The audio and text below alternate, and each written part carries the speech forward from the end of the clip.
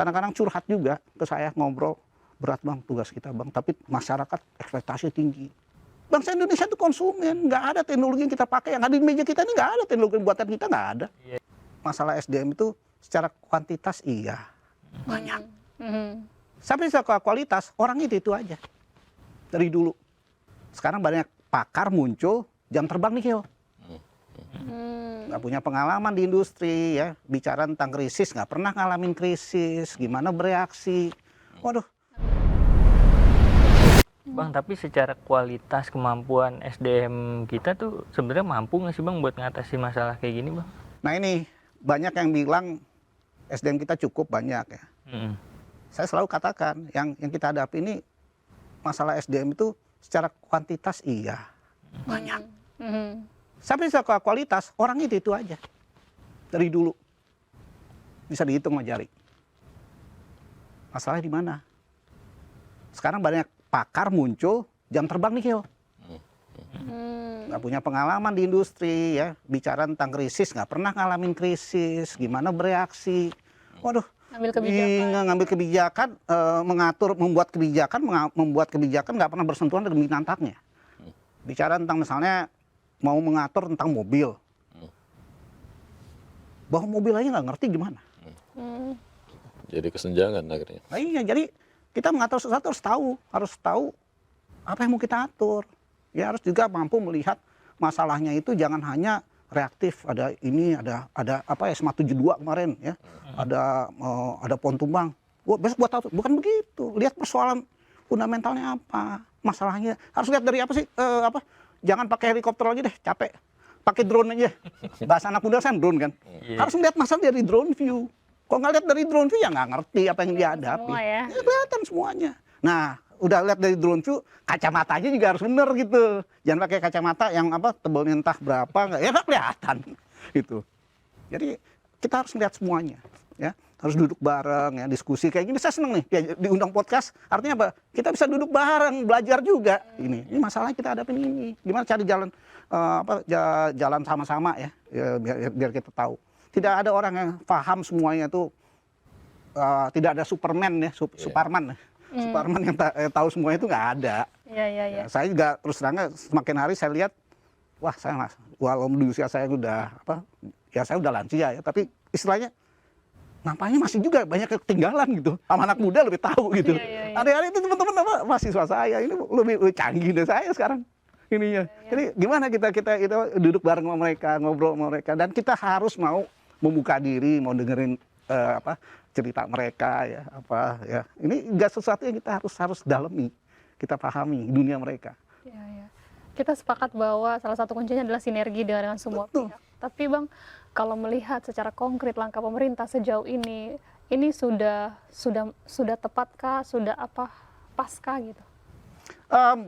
Yang jelas begini ya, saya nggak bisa bilang sudah tepat ya, sudah optimal, nggak ada, tidak ada batas. Artinya apa yang dilakukan pemerintah juga dengan teman-teman lainnya ya, teman masyarakat itu proses berjalan. Cuman mungkin fokusnya ya, proses berjalan itu fokusnya tidak fokus. Jadi tidak pernah melakukan evaluasi yang sudah dicapai di tahap sebelumnya itu sejauh mana. Ya, yang kurang di mana. Yang kurang ya tentunya diperbaiki ya. Jangan udah yang ini di fase sebelumnya dirubah, buat lagi ciptain roda baru gitu. Roda udah ada yang ciptain roda kan. Tidak konsisten. Iya, reinventing the wheel. Nah, reinventing the wheel dikemas, disematin dengan program ini, program itu. Tapi ya sebelumnya gimana? Lebih baik kita memperbaiki program yang sudah berjalan ya, diperbaiki, ditambah lagi program apa yang belum disentuh. Nah, itu kan perlu duduk bareng. Harus ada yang mau menyampaikan koreksi bahwa ini belum dikerjain nih. Yang ini sudah ini. Nah, yang sudah dicapai apa di tahap sebelumnya. Nah, ini kan jarang ada mau gitu. Ya. Jadi kalau kita kembali lagi nggak pakai ini drone nggak pakai drone melihatnya gitu. Kalau cuma lihat pakai ada kejadian reaktif. Tapi secanggih apa sih bang cyber kita sekarang di polisi, di badan cyber? Kalau di teman-teman saya pastikan canggih. Canggih karena ya saya buka kartu juga dong. Jadi ya teman-teman kita latihan bareng sama mereka, training sama mereka. Kami ke luar negeri bareng. Jadi kalau soal knowledge ya, expertise tidak kalah. Bahkan teman-teman di TNI ya, di Polri itu sekolahnya sekolahnya nggak main-main loh. Sekolahin ke FBI di Quantico ya, di Virginia, ada yang sekolahin ke Inggris di Metropolitan Police, ada yang Hong Kong, ada ke China, ke Jepang. TNI kita juga nggak kalah ini. Ada yang berlatih di Amerika dengan pasukan cyber Amerika ya, dengan Jepang, Jerman. Itu canggih. Cuman kembali lagi, orangnya itu juga. Orangnya itu maksudnya? Ya orangnya yang dilatih terbatas jumlahnya, misalnya 10 yang dilatih udah keluar negeri. Ya kalau dibilang pakar ya mereka doang. Sedangkan tidak ada penambahan di kemampuan pendalaman di dalam negerinya masih terbatas. Orang itu aja ininya.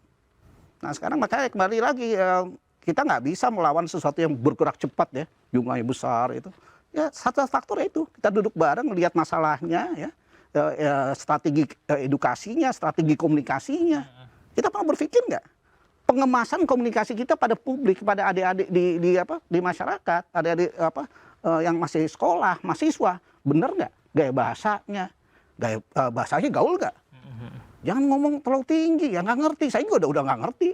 Bahasa tinggi banget, susah di ngertiin. Ini orang ngomong apa sih? Ya, harus dikemas yang bener dong. Dan difahami oleh mereka-mereka yang dalam alam berpikirnya itu ya, kita kan nggak bisa tahu. Orang lagi kondisi kalut, tapi kita tahu kan. Artinya kalau misalnya disampaikan dengan bahasa yang simpatis, ya, mungkin akan kena. Berarti kalau misalnya menyambung tadi di pertanyaan Bang Feby, kalau ada indikasi yang mengarah ke terorisme, sebenarnya kepolisian kita udah tahu ya Bang?